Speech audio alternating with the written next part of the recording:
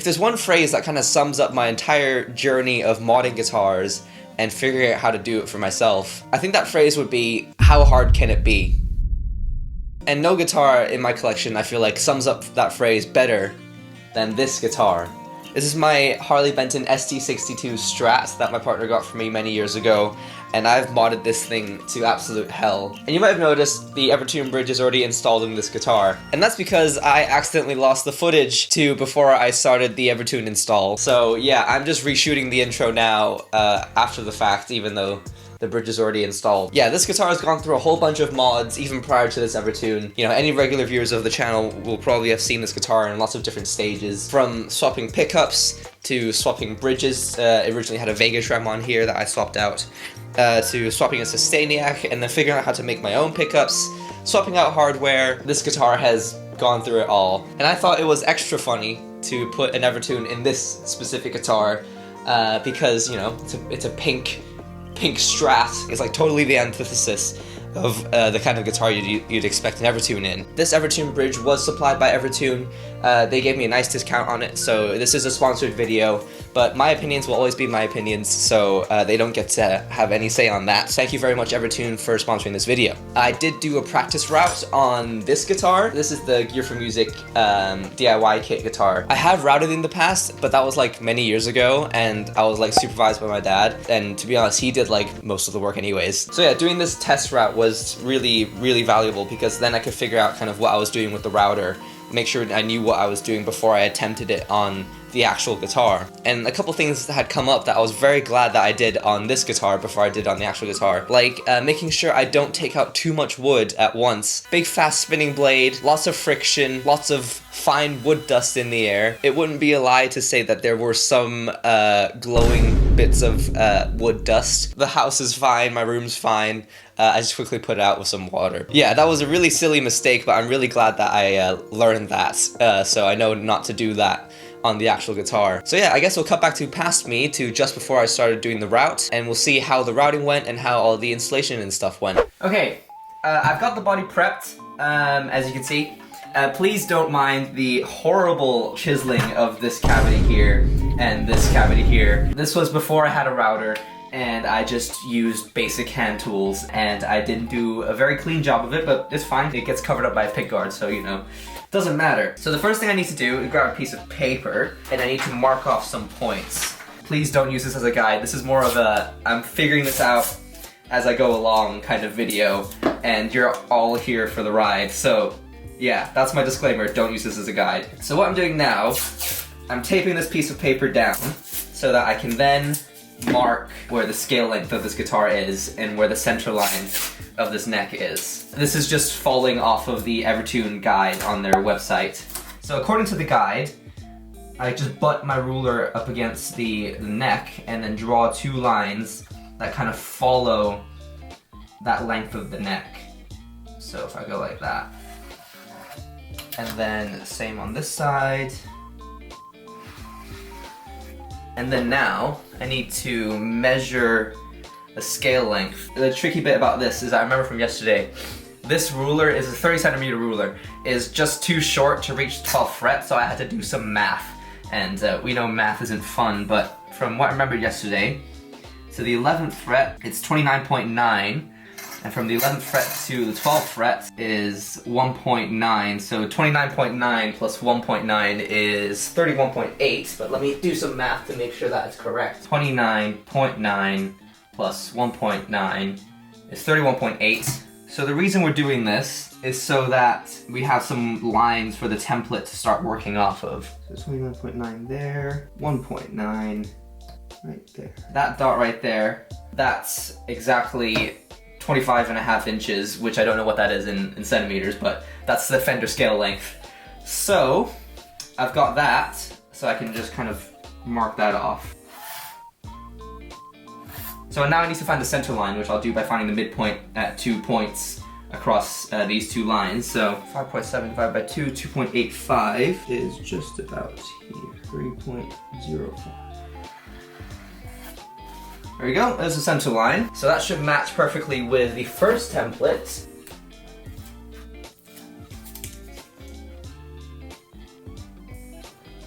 Now this makes a nice little spot for, where's the other template? There it is. Goes right on top.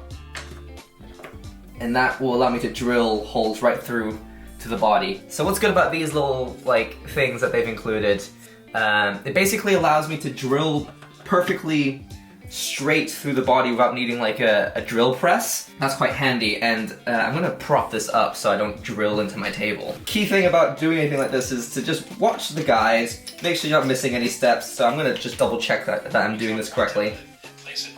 Alright, here goes. First drill. And we're through.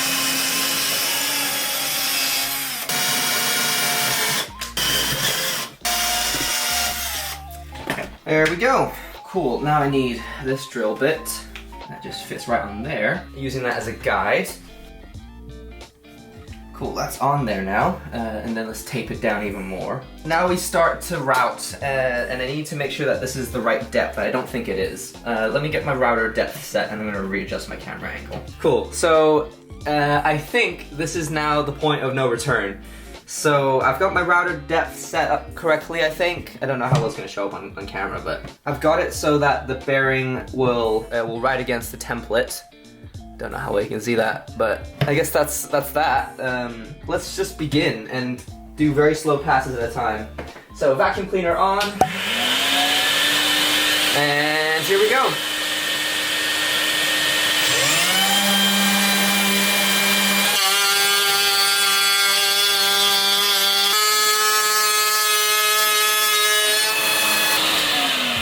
Okay, so one thing I'm noticing right now is that my router depth isn't quite right. It's just a bit too low. Right there. You see that little piece that's hanging off? That's because my router depth is set just a bit too low.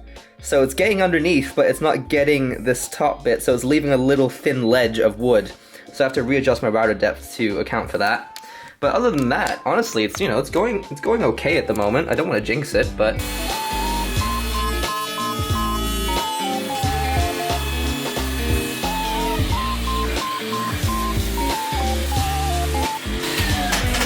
okay, I've completed this kind of top half, and it's not so bad so far. So I'm going to continue with the second half, and yeah, let's just continue it.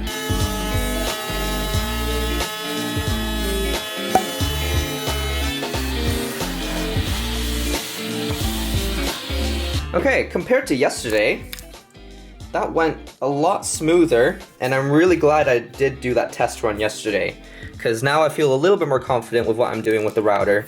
And yeah, that looks pretty clean. According to the guide, the next step is to now just take it down another ½ an inch.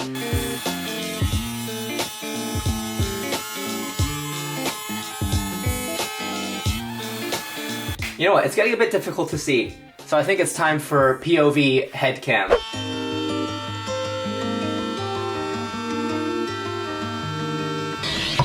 That should be an inch now.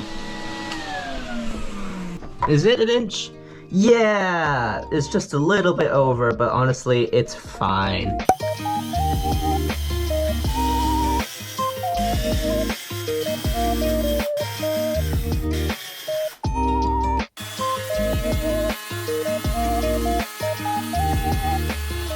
I made a big mistake.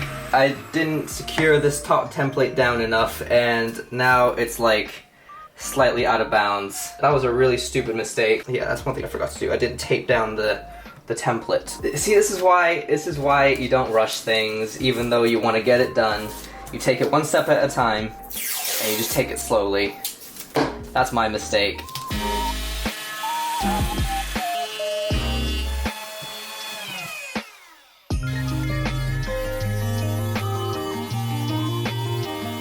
Right. I think that's it. And I think we can do a test fit now. I mean, it sits.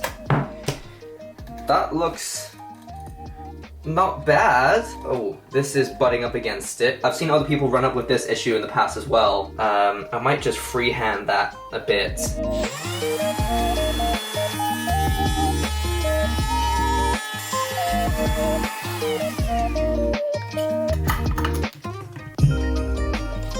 What's that?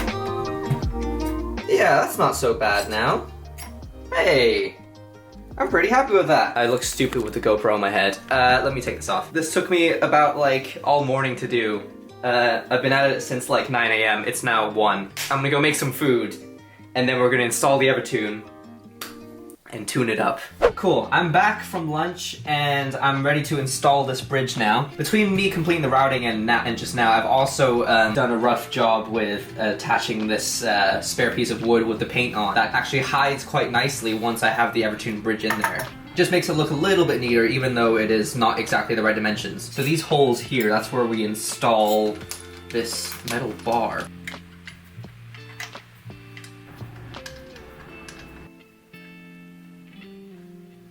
There we go. Brown wire's out. And then last but not least is just getting that footplate in.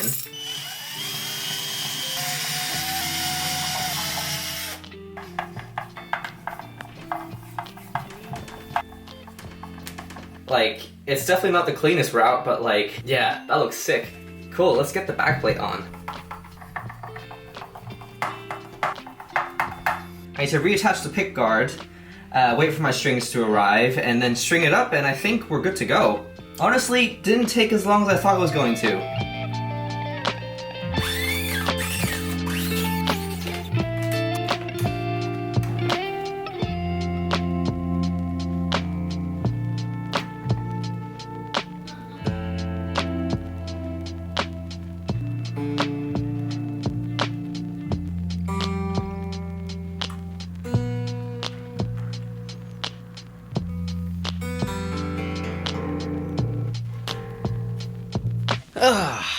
So, just about 24 hours later, it is now restrung and set up for the E tuning. So it's E, D, A, D, G, B, which is basically drop D with a low G.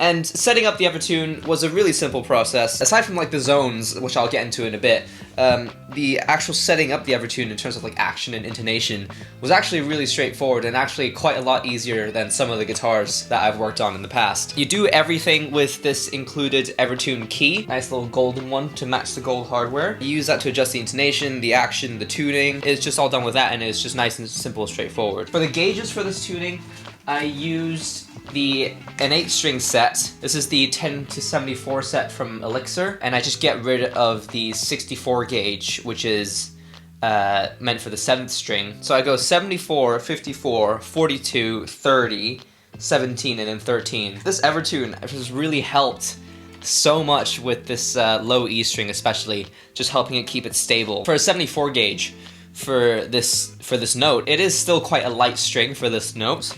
So this has just helped it keep it in tune so much. So if you're familiar with the zones on an Evertune, I have it set up right now where it's right between zone 2 and zone 3, where a lot of people like to have their Evertune set up. So this means that I can play notes and I can still bend it, but I have to give it just a little bit more than I normally would. So you can see right now if I play this E and then bend it a little bit, it's still the same note, but then I give it a little bit more and then it bends. So that's what I mean by it's on the edge of zone 2 and zone 3. So zone 2, if I were to bring it down to zone 2, no matter what I do, it won't bend the note. So no matter how much I bend, it won't change the actual pitch of the string, which is actually kind of trippy, like. Of course, if I bend it more, then I'll get it past zone 2 into zone 3. So let me bring it back to where it was before.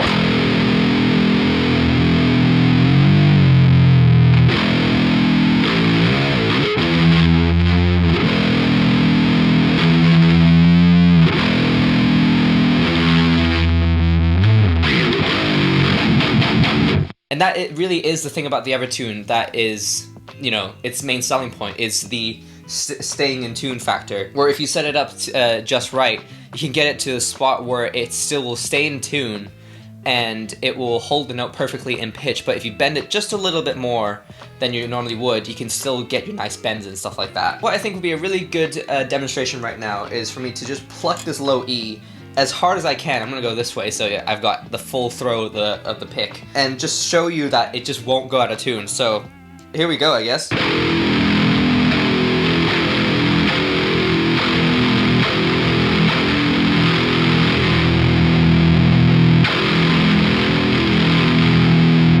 then I'm gonna grab my other guitar that doesn't have an Evertune. This is my G4M guitar that I showed off my last video. It's currently blocked off as a hardtail, but you'll see when I go this way,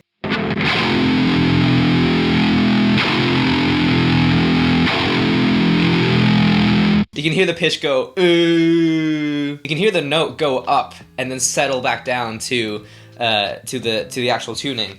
And that's just because of how hard I'm hitting the string, which is pulling the string out of tune. From that demonstration, the application of the Evertune becomes glaringly obvious. Like, the tuning stability for recording in songs is just, it's just completely unmatched, and yeah, it's just awesome.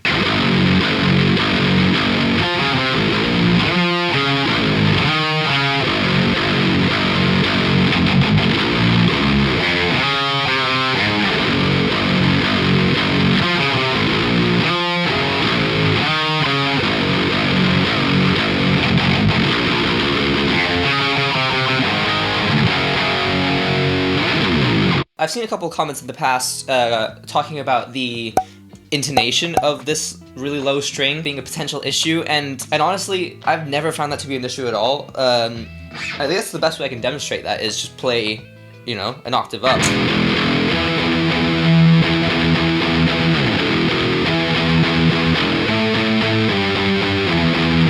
So about this tuning, a normal power chord shape will give you an octave. So that will be a pretty good indication of how well in tune the instrument is across all the way up and down the frets. I'm sure you could tell from that demonstration earlier.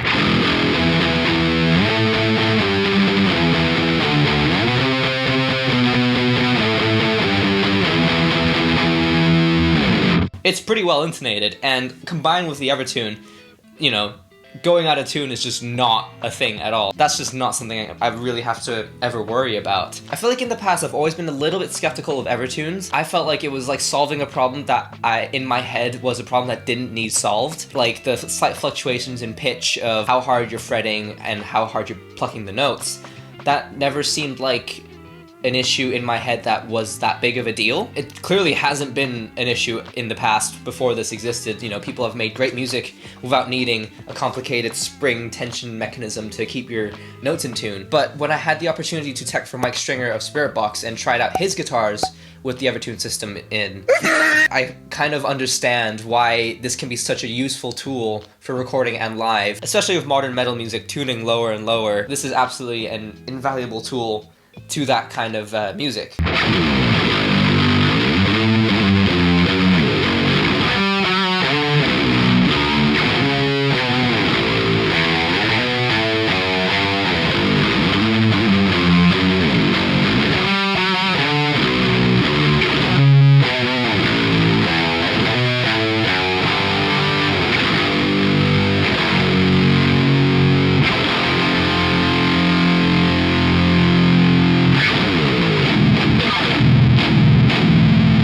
All things considered, I think it went pretty well. The provided templates were really easy to use. The instructional video on their website was pretty straightforward. It walked you through all the steps nice and easily. Aside from one mistake, you know, earlier in the video where I accidentally let the template slip for the back cavity, and then this back cavity is a little bit larger than it should have been. Aside from that, it was all really straightforward.